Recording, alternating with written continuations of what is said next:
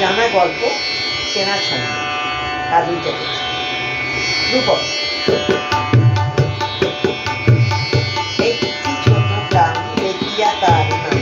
মুনিয়া গ্রামে মেয়ে থাকে সে গ্রামে মন্দির বলেছে ভালো সে বাসে তাই মন্দির বিনা তার কাটে না দিন। कहवा कहवा कहवा घाड़े नाते नाते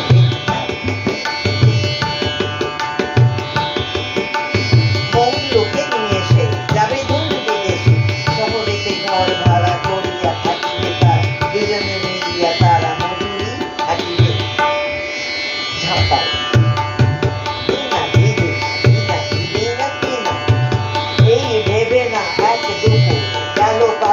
তারা দুটি বহু পথ সে ঘুরে ঘুরে এলো শহরে বেলা দাদরা